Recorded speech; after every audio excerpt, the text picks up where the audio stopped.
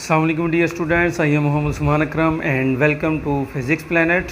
आज जिस टॉपिक पे हम बात करने जा रहे हैं वो है electric potential at a point due to point charge.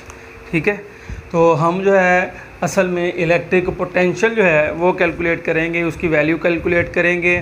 तो इलेक्ट्रिक पोटेंशियल के बारे में हम पहले भी बात कर चुके हैं। उससे पहले हमने कहा था कि जब हमने इलेक्ट्रिक पोटेंशियल को कैलकुलेट किया था तो हमने ये बात की थी कि एक पॉइंट जो है वो इन्फिनिटी पे होना चाहिए। इलेक्ट्रिक पोटेंशियल या एब्सोल्यूट पोटेंशियल की जब हमने बात की थी तो हमने कहा था कि एक पॉइंट जो है वो इन्फिनिटी पे होना चाहिए, यानी कि उसका जो पोटेंशियल है उसकी वैल्यू ज़ीरो होनी चाहिए। फिर हमने क्या किया था, उस जो हमारे पास यूनिट चार्ज था जो कि इन्फिनिटी पे था, हमने उसके ऊपर वर्क करके अगेंस्ट द इलेक्ट्रिक फील्ड उसको क्या किया था, हमने दूसरे चार्ज की फील्ड के अंदर लेके आए थे। ठीक है, यही काम जो है आज हम फिर से करने वाले हैं। ठीक है, तो क्या है जी, टू मूव फ्रॉम इन्फिनिटी। तो एक बात समझ लें कि कोई चार्ज है और उसके गिर्द जो उसकी फील्ड पाई जाती है। ठीक है, लेट्स सपोज ये जो चार्ज है उसकी फील्ड यहाँ तक है। अगर कोई चार्ज इससे थोड़ा सा भी फासले पे पड़ा हुआ है तो वो उस पॉइंट के हिसाब से उस चार्ज के लिए वो इन्फिनिटी पे ही है। ठीक है, लेट्स सपोज ये हमारे पास कोई चार्ज है, ठीक है, और यहाँ तक इसकी जो है वो फील्ड है। अब ये पॉइंट जो है वो ए चार्ज जो है या बी चार्ज है या सी जो है, ठीक है, ये तीनों पॉइंट जो हैं ये इसकी फील्ड के हवाले से, इस चार्ज के हवाले से ये क्या हैं, इन्फिनिटी के पे मौजूद हैं तीनों। ठीक है, यानी कि ये करीब है ज़रा और ये थोड़ा सा दूर है और ये ज़्यादा दूर है। इसका मतलब ये नहीं है कि ये इन्फिनिटी पे नहीं होगा, ये इन्फिनिटी पे नहीं होगा या ये इन्फिनिटी पे होगा। ठीक है, तो इसका मकसद सिर्फ ये है कि वो जो चार्ज है उसकी फील्ड से कोई भी चार्ज जो दूसरी साइड पे पड़ा हुआ है यहाँ पे, ठीक है, वो उसकी फील्ड से जस्ट अगर बाहर भी है तो उसको भी हम एज एन इन्फिनिटी जो है वो कंसीडर करेंगे। ओके, तो यही जो है हमारे पास, लेट्स सपोज ये पॉइंट हमारे पास चार्ज यूनिट चार्ज है। ठीक है, इसको फील्ड से बाहर पड़ा हुआ है ये, ठीक है, ये यूनिट पॉजिटिव चार्ज है। ठीक है, तो हम क्या करते हैं, इसको वर्क करके, ठीक है, फील्ड लाइंस इधर को हैं, ठीक है, और हम वर्क करते हैं, इसको मूव करवाते हैं अगेंस्ट द इलेक्ट्रिक फील्ड। तो हमें वर्क करना पड़ता है from infinity to that point. ठीक है, और एक बात का ख्याल रखना है कि इलेक्ट्रोस्टैटिक इक्विलिब्रियम जो है वो डिस्टर्ब ना हो, इसलिए हमें इसको बहुत स्लोली जो है वो मूव करवाना है। ओके, अब फील्ड लाइन जो हैं वो रेडियली आउटवर्ड होती हैं, ये हम पहले भी पढ़ चुके हैं। अगर रेडियली आउटवर्ड का किसी को मतलब नहीं पता तो रेडियली आउटवर्ड का मतलब यही है कि जो हमारे पास चार्ज होता है वो 3D होता है, वो स्फेरिकल होता है। ठीक है जी, अगर कोई चार्ज जो है वो स्फेरिकल है, आपको पता है कि इसके सेंटर से जो फील्ड लाइन निकल रही है, इधर भी, इधर भी, इधर भी, इधर भी, ठीक है, अगर हम एक स्फीयर बनाएं और उसके सेंटर से फासला लें, ठीक है, तो वो उसका ऑलमोस्ट रेडियल बनता है, रेडियस बनता है। ठीक है, तो हर तरफ जो है वो फील्ड लाइंस क्या होंगी, रेडियली आउटवर्ड, इसलिए हम इसको बोलते हैं रेडियली आउटवर्ड। अच्छा, हमने जो लास्ट टॉपिक पढ़ा था उसमें हमने इलेक्ट्रिक फील्ड इंटेंसिटी जो है उसके लिए एक्सप्रेशन निकाला था, E = delta V over delta R। ठीक है, अगर यहाँ से हम इलेक्ट्रिक पोटेंशियल डिफरेंस जो है, ठीक है, या इलेक्ट्रिक पोटेंशियल जो है उसकी वैल्यू देखें तो delta V = E delta R। ठीक है, ये जो इक्वेशन है ये मोस्ट इम्पोर्टेंट है क्योंकि इसी को ही लेकर हम जो है वो अपना आज टॉपिक जो है वो कंप्लीट करेंगे, क्योंकि हमने इलेक्ट्रिक पोटेंशियल जो है वो कैलकुलेट करना है। तो यही इक्वेशन है, इसमें जो है वो वैल्यूज़ पुट करेंगे, ठीक है, और हम जो है इलेक्ट्रिक पोटेंशियल की वैल्यू कैलकुलेट करेंगे।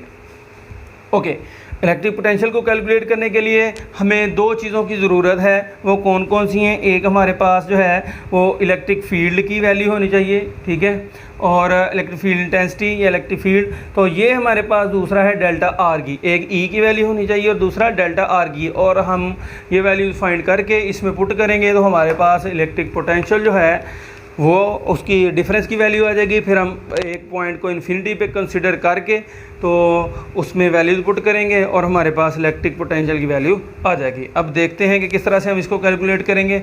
ओके, अभी देखें कि ये मैंने लिखा हुआ है R B is equal to R A plus delta R. ये मैंने किस तरह से लिखा, ये जो देखें, अच्छा एक और बात देखें कि ये जो चार्ज है इसके सेंटर से मैंने एक पॉइंट लिया है ए और दूसरा पॉइंट जिसको मूव करवा के लेके हैं वो है बी, और इनके दरमियान जो है एक पॉइंट लिया है उसको मैंने कहा है, ठीक है, आर, ठीक है। और इसका इस पॉइंट का जो फासला है ए का इसके सेंटर से, ठीक है, फासला हम जो है हमेशा चार्ज के सेंटर से ही मेजर करेंगे, ठीक है।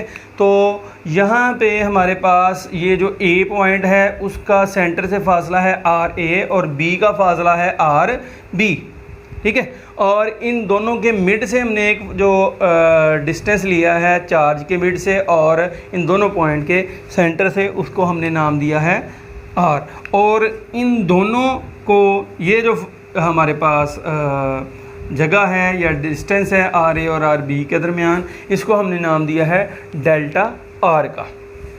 ओके, होप सो अब समझ गए होंगे इस बात को। ओके, अब हम देखते हैं कि ये देखें आर बी, ये यहाँ से लेके यहाँ तक, ठीक है, मैक्सिमम लेंथ है, ठीक है, यहाँ से लेके यहाँ तक। और अगर हम देखें तो ये क्या है, हमारे पास डेल्टा आर है, यहाँ से लेके यहाँ तक डेल्टा आर और यहाँ से लेके यहाँ तक आर। अगर हम आर ए, ठीक है, और डेल्टा आर इनको जमा कर दें तो हमारे पास टोटल जो है वो आर बी आ जाएगा, ठीक है। इतनी लेंथ प्लस ये वाली लेंथ, इनको अगर हम जमा करें तो हमारे पास आर बी आ जाता है। तो यही लिखा है R B equal to R A plus delta R. R A plus delta R को अगर जमा करें तो ये हमारे पास टोटल जो है ये आ जाती है। यहाँ से अगर हम डेल्टा आर की वैल्यू निकालना चाहें तो डेल्टा आर जो है यहाँ से इधर रहेगा और माइनस उधर जाके आर ए जो है वो माइनस हो जाएगा। तो डेल्टा आर हमारे पास आ जाएगा R B minus R A. Okay, अब हम जो है ये पॉइंट आर जो है इसका मिड पॉइंट है इनका। अगर हम मिड पॉइंट निकालना चाहें तो हम क्या करते हैं कि वो जो दो नंबर हमें गिवन है, ठीक है, इस साइड पे और इस साइड पे, अगर हम उनको जमा करके दो पे डिवाइड करें तो हमारे पास क्या आ जाता है, मिड पॉइंट आ जाता है, ठीक है।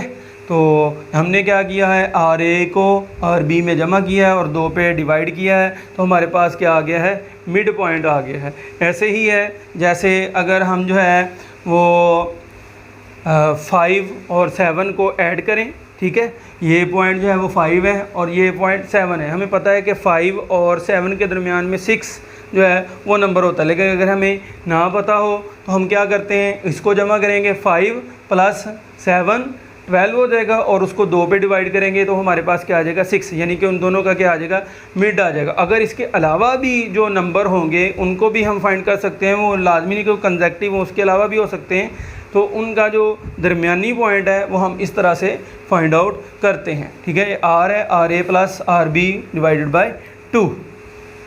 ओके, अब हमने कहा है कि इस फार्मूले में मौजूद जो दो चीज़ें हैं हमने वो फाइंड करनी है, इसमें पुट करेंगे तो हमारे पास ये आंसर आ जाएगा। अब हमने क्या करना है, ई फाइंड करना है। ई हमें पता है कि E equal 1/4 pi epsilon naught Q over R square. ये सारी वैल्यू जो है इनका हमें पता है, लेकिन ये जो डिस्टेंस है आर स्क्वायर जो है ये हमें पता है कि वेरी करता है। वेरी जब हम करेगा तो इलेक्ट्रिक फील्ड जो है उसकी वैल्यू वेरी करेगी, ठीक है। तो यहाँ से अगर हम आर की वैल्यू वेरी करवाते हैं तो इलेक्ट्रिक फील्ड इंटेंसिटी की वैल्यू जो है वो वेरी होती है। हमने ऐसा पॉइंट लेना है जहाँ पे इनकी वैल्यू जो हैं वो इलेक्ट्रिक फील्ड की वैल्यू वेरी ना करे, इलेक्ट्रिक फोर्स की वैल्यू जो है फिर वो वेरी नहीं होगी। हमने वो पॉइंट लेना है, तो हम वो किस तरह से लेंगे, हम इन दोनों पॉइंट्स को इतना क्लोज कर देंगे, ठीक है, आर ए और आर बी का दरमियानी फासला जो है वो इंतहाई कम कर देंगे। हम फिर कह देंगे कि ऑलमोस्ट आर ए जितना है उतना ही आर बी है, ठीक है। हम इतना करीब इनको लेके जाएंगे। तो यहाँ से फिर हम कहते हैं कि इसको इतना कम कर देंगे कि ये जो फासला है वो बहुत कम हो जाएगा। अगर फासला कम हो जाएगा तो वहाँ पे इलेक्ट्रिक फील्ड की वैल्यू आर ए और आर बी के लिए दोनों के लिए सेम होगी, तो इलेक्ट्रिक फोर्स की वैल्यू भी सेम होगी। तो यहाँ पे फिर हम जो है इसको कैलकुलेट कर सकेंगे। ओके, ये तो चार्ज की वैल्यू फिक्स है, ये हमारे पास कांस्टेंट है, ठीक है। मीडियम भी जो है वही रहेगा, लेकिन ये जो वैल्यू है इसको हमने जो है वो अब कैलकुलेट करना है। उससे पहले जो है हमें पता है कि अगर हमने दो चेंज लेना हो पॉइंट्स के दरमियान में, तो हम क्या करते हैं, डेल्टा आर किस तरह से लेते हैं, फाइनल माइनस इनिशियल, ठीक है। अब यहाँ से जो इनिशियल पॉइंट है ना वो है आर बी, क्योंकि हम चार्ज को इस तरफ से दूसरी तरफ मूव करवा रहे हैं, इसको यहाँ से लेके यहाँ आर ए के ऊपर लेके आए। ये ज़रा मैंने बड़ा करके लिखा है ताकि कोई कन्फ्यूजन हो। बेसिकली ये ऑलमोस्ट एक दूसरे के ऊपर ओवरलैप ही हैं, ठीक है। तो हम क्या कह रहे हैं, फिर बी पॉइंट जो है वहाँ से हम मूव करवा के ए की तरफ जा रहे हैं, तो हमारा जो इनिशियल पॉइंट होगा वो बी होगा और जो फाइनल पॉइंट होगा वो आर ए होगा, ठीक है। तो यहाँ से हम अगर हम इसका जो डेल्टा निकालना चाहें तो हमारे पास क्या आएगा, R final B minus R R B final, R A final minus initial, R A minus R B जो है हम वो लेंगे। ये हमारे पास डेल्टा आर की वैल्यू आ गई। आपने याद रखना है कि ये वैल्यू जो है वो आपने यहाँ पे पुट नहीं करनी, ठीक है, इस फार्मूला में, ठीक है, इसको पुट नहीं करना। ये जो है फाइनल माइनस इनिशियल वाली वैल्यू वो लेके आपने इसके अंदर पुट करनी है, ठीक है, अदरवाइज़ जो है वो मिस्टेक होगी आपकी। आपने ये पॉइंट याद रखना है कि ये वाली जो वैल्यू है वो पुट करनी है, ये वाली वैल्यू डेल्टा आर की भी वो पुट नहीं करनी। अच्छा, नेक्स्ट देखें, as the points are so closed, ठीक है। बुक में गिवन है कि अगर जो है दोनों पॉइंट जो हैं वो इतने क्लोज हों तो वहाँ पे जो अरिथमेटिक मीन है वो ज्योमेट्रिक मीन के इक्वल आ जाता है। अब आपको समझना होगा कि अरिथमेटिक मीन क्या होता है और ज्योमेट्रिक मीन क्या होता है। ओके, अब हम उसको देखते हैं। यहाँ पे हमारे पास पॉइंट कौन कौन से हैं, एक है आर ए, दूसरा है आर, तीसरा है आर बी, ठीक है। ये हमारे पास पॉइंट्स हैं आर ए, आर दूसरा पॉइंट है, और तीसरा जो है वो हमारे पास है आर बी। अरिथमेटिक मीन अगर हमने निकालना है तो वो हम किस तरह से निकालते हैं। अरिथमेटिक मीन एक तो डायरेक्ट फार्मूला अप्लाई कर देते हैं, तो एक और फार्मूला जो उसकी बेसिस है वो क्या है, हम क्या करते हैं कि जो सेकंड होता है, जो नेक्स्ट होता है, उसको उसमें से प्रीवियस वाले को माइनस कर देते हैं। इसी तरह से ये नेक्स्ट है, इसमें से प्रीवियस वाला माइनस करेंगे, आर बी माइनस आर, ठीक है। तो इस तरह से हम जो है वो अरिथमेटिक मीन जो है वो लेते हैं। अब देखते हैं, ये माइनस आर है, इधर आएगा तो आर प्लस आर हो जाएगा, और ये जो है आर ए माइनस क्या उधर जाएगा तो प्लस हो जाएगा, R A plus R B, ठीक है। R plus R, 2r is equal to R A plus R B, ठीक है। तो यहाँ से अगर हम r की वैल्यू निकालना चाहें तो R A plus R B divided by 2, यहाँ से हम r की वैल्यू जो है वो कुछ इस तरह से निकाल सकते हैं। इसी तरह से अगर हम जो है वो ज्योमेट्रिक मीन की वैल्यू निकालना चाहें, इसका मतलब क्या है कि हम जो है एक पॉइंट प्लस दूसरा पॉइंट डिवाइडेड बाय 2, तो हमारे पास क्या आ जाएगा, अरिथमेटिक मीन। सिमिलरली इसी तरह से, ठीक है, जिस तरह से हमने मिड पॉइंट निकाला था, ये भी हमें मिड पॉइंट ही बताता है। अच्छा, ज्योमेट्रिक मीन जो है अगर हम उसकी बात करें तो ज्योमेट्रिक मीन, इसमें हमने क्या किया था, माइनस किया था सेकंड में से फर्स्ट को, इसमें हम क्या करेंगे, डिवाइड करेंगे, second divided by first is equal to second कौन सा है अब, आर बी, इसके लिहाज से सेकंड, ठीक है, R B divided by R. ये हम क्या फाइंड कर रहे हैं, ज्योमेट्रिक मीन। ये हमने फाइंड किया था अरिथमेटिक मीन। ओके, तो अब क्या है जी, हम इसको क्रॉस मल्टीप्लिकेशन करवा देंगे, ये आर स्क्वायर हो जाएगा, ये R A into R B, ठीक है। तो यहाँ से भी हम आर की वैल्यू जो है वो फाइंड कर सकते हैं, आर ए आर बी, ठीक है। क्योंकि गिवन है कि अरिथमेटिक मीन जो है वो ज्योमेट्रिक मीन के इक्वल है, तो ये वाली आर की वैल्यू, ये वाली आर की वैल्यू, ठीक है, अगर ए साइड बराबर है तो दूसरी साइड भी बराबर होंगी। तो हम क्या करेंगे, R A plus R B divided by 2 is equal to, ये क्या है जी, R A R B. Basically हम फाइंड आउट क्या करना चाह रहे हैं, हम जो इस इक्वेशन जो बी है उसमें आर स्क्वायर की जो वैल्यू है उसको फाइंड आउट कर रहे हैं। इसको फाइंड आउट करके हम ये जो इक्वेशन ए है उसमें पुट करेंगे तो हमारे पास जो है वो आंसर आ जाएगा। अच्छा, अब हम जो है ये देखते हैं कि ये जो चीज़ है सारी ये किसके इक्वल है, आर के इक्वल है। ठीक है, ये आर की वैल्यू ही थी ना, तो दूसरी साइड पे क्या है जी, आर इंटू आर बी। ठीक है, अब हम क्या करते हैं, दोनों तरफ स्क्वायर ले लेते हैं, तो R square is equal to R A into R B. अच्छा, एक बात याद रखनी है कि आर जो है ये आर स्क्वायर, इसकी वैल्यू को फाइंड करने के 2-3 तरीके हैं जो अप्लाई होते हैं। यहाँ पे ये एक तरीका है, इसके अलावा बी तरीके हैं फाइंड करने के आर स्क्वायर को। एक तरीका और जो मैं आपको बताता हूँ कि हम ये भी कह सकते हैं कि आर ए जो है और आर बी जो है वो आपस में इतने क्लोज हैं कि ये आलमोस्ट जो हैं वो एक दूसरे के इक्वल हैं। यानी कि आर ए वो नियरली इक्वल है आर बी के और ये नियरली इक्वल होगा आर के। ठीक है, आर ए जो है चूँकि ये बहुत क्लोज हैं ये वाले पॉइंट्स, तो आर ए जो है वो आर बी के इक्वल होगा और आर बी जो है वो आर के इक्वल होगा। तो अगर आर बी आर के इक्वल है तो आर ए भी आर के ही इक्वल होगा। तो इस तरह से हम जो है यहाँ से आर की वैल्यू निकाल सकते हैं। ये दो वैल्यूज़ हमारे पास आ गई हैं। अगर हम यहाँ से आर स्क्वायर की वैल्यू निकालना चाहें तो हम ये जो दोनों इक्वेशंस आई हैं इनको क्या करेंगे, आपस में मल्टीप्लाई करवा देंगे, इस साइड को और इस साइड को। ये R square is equal to R A into R B. ठीक है, as the points are so closed. ठीक है, तो जो कंडीशन यहाँ पे हमने लगाई थी वही यहाँ पे।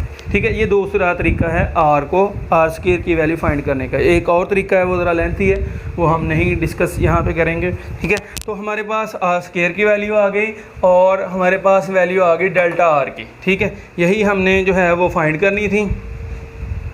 अब हम जो है इनको पुट करते हैं किसमें, इक्वेशन नंबर जो है वो डेल्टा वी में। उससे पहले ये आर स्क्वायर की वैल्यू जो है मैं बी में पुट करने लगा। आर स्क्वायर की वैल्यू अगर मैं बी में पुट करता हूँ तो वो मेरे पास आएगा 1/4 pi epsilon naught Q over R square की वैल्यू आ जाएगी आर ए आर बी या आर बी आर ए। ठीक है, एक ही बात है। ओके, ये हमारे पास ई की वैल्यू जो हम फाइंड करना चाह रहे थे वो आ चुकी है। तो अब जो है हम क्या करेंगे, अब हमने इसकी वैल्यू भी फाइंड की हुई है। ठीक है, डेल्टा आर की। तो ये इक्वेशन सी है। ठीक है, इसको चलें सी डैश के लें और ये इक्वेशन जो है ये हमारे पास आ गई है डी इक्वेशन। ठीक है, तो हम यहाँ पे क्या करेंगे, ये जो इक्वेशन थी हमारे पास delta V is equal to minus E delta R, इसमें हम जो है वो वैल्यू पुट करने लगे हैं। वो हमारे पास क्या है, delta V is equal to minus E into delta are.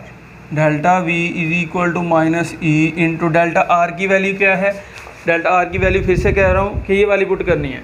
ठीक है, R A minus R B. Okay, अब जो है हम क्या करते हैं, हम करते हैं इसको e इज इक्वल टू ई, ये वाला माइनस अंदर मल्टीप्लाई करवा देते हैं, तो जो प्लस वाली वैल्यू होगी वो माइनस हो जाएगी और जो माइनस वाली होगी वो क्या हो जाएगी, प्लस हो जाएगी। Plus R B minus R A हो जाएगा। ठीक है जी, इसके बाद हम जो है वो delta V is equal to E की वैल्यू जो है वो हमारे पास क्या है थी, 1/4 पाई एप्सिलॉन नॉट, ये Q over into Q over R A R B into R B minus R A. ठीक है जी, यहाँ पे इसको 1/4 पाई एप्सिलॉन नॉट लिख लें और यहाँ पे क्यू लिख लें, वैसे कोई फ़र्क नहीं है। ठीक है, ओके, अब हम देखते हैं कि डेल्टा वी जो है वो हमारे पास क्या है, Q over 4 pi epsilon naught, ये आर ए आर बी को अंदर मल्टीप्लाई करवा देते हैं। ये क्या है जी, आर बी ओवर ये बटे में आएगा R A R B minus R A into R A R B. ठीक है, सिंपली क्या किया है, ये जो वैल्यू है आर ए और आर बी की, इनको इसके बटे में अलग अलग जो है वो डिवाइड कर दिया है। ठीक है, अब हम क्या करते हैं, ये जो आर बी है उसको आर बी से कैंसिल कर देते हैं, आर ए को आर ए से कैंसिल आउट कर देते हैं।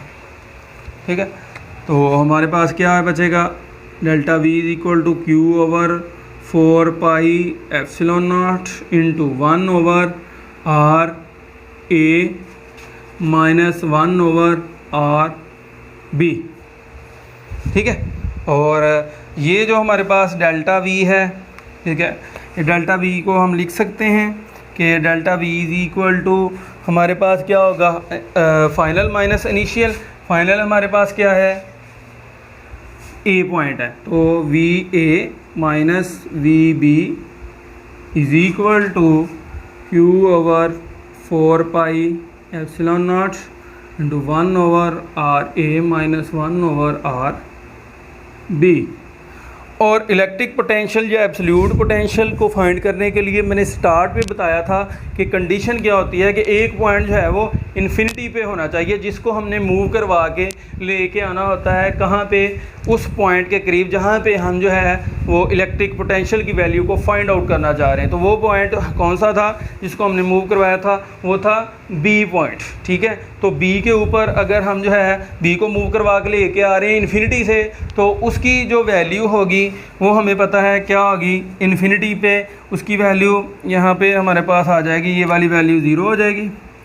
ठीक है, और ये चूँकि आर बी जो है इन्फिनिट पे है, तो इन्फिनिट पे है अगर, तो यहाँ पे इन्फिनिट पुट करेंगे। ठीक है, तो V A is equal to ये 0 हो जाएगा। ठीक है, minus 0 is equal to Q over 4 pi epsilon naught into 1 over R A और 1 ओवर इन्फिनिटी, ये सेंटर में माइनस आएगा। ठीक है, ओके, तो यहाँ से हम देखते हैं कि V A is equal to ये 0 हो जाएगा और equal to Q over 4 pi epsilon naught into तो 1 ओवर आर ए। ठीक है, और समथिंग ओवर इन्फिनिटी, ये जो फैक्टर है ये सारे का सारा 0 हो जाएगा, क्योंकि समथिंग ओवर इन्फिनिटी क्या होता है, 0 होता है। और यहाँ से अगर हम इसका जनरल एक्सप्रेशन जो है वो लिखना चाहें तो वो हमारे पास आएगा कि अगर हम ये जो हमारे पास सब्सक्रिप्ट्स है इनको ख़त्म कर देंगे तो जनरल एक्सप्रेशन जो है वो हमारे पास आ जाएगा इलेक्ट्रिक पोटेंशियल के लिए Q over 4 pi epsilon naught into 1 over R. ठीक है जी, तो ये असल में हमारे पास जो है वो इलेक्ट्रिक पोटेंशियल जो है उसकी वैल्यू आ गई है ड्यू टू पॉइंट चार्ज। ठीक है, पॉइंट चार्ज की वजह से इलेक्ट्रिक पोटेंशियल की वैल्यू हमने कैलकुलेट करनी थी, वो हमने कैलकुलेट कर ली है और वो हमारे पास आई है V is equal to Q over 4 pi epsilon naught over 1 over R. ठीक है, तो ये हमारे पास था electric potential at a point due to point charge. उम्मीद करता हूँ कि आपको समझ आई होगी। और ये जो पॉइंट है इसमें आप जो है वो इसकी डिपेंडेंस जो है वो चेक कर सकते हैं कि इलेक्ट्रिक पोटेंशियल किस चीज़ के ऊपर डिपेंड करता है। ठीक है, तो उम्मीद करता हूँ कि आपको समझ आई होगी। अल्लाह हाफिज़, थैंक यू।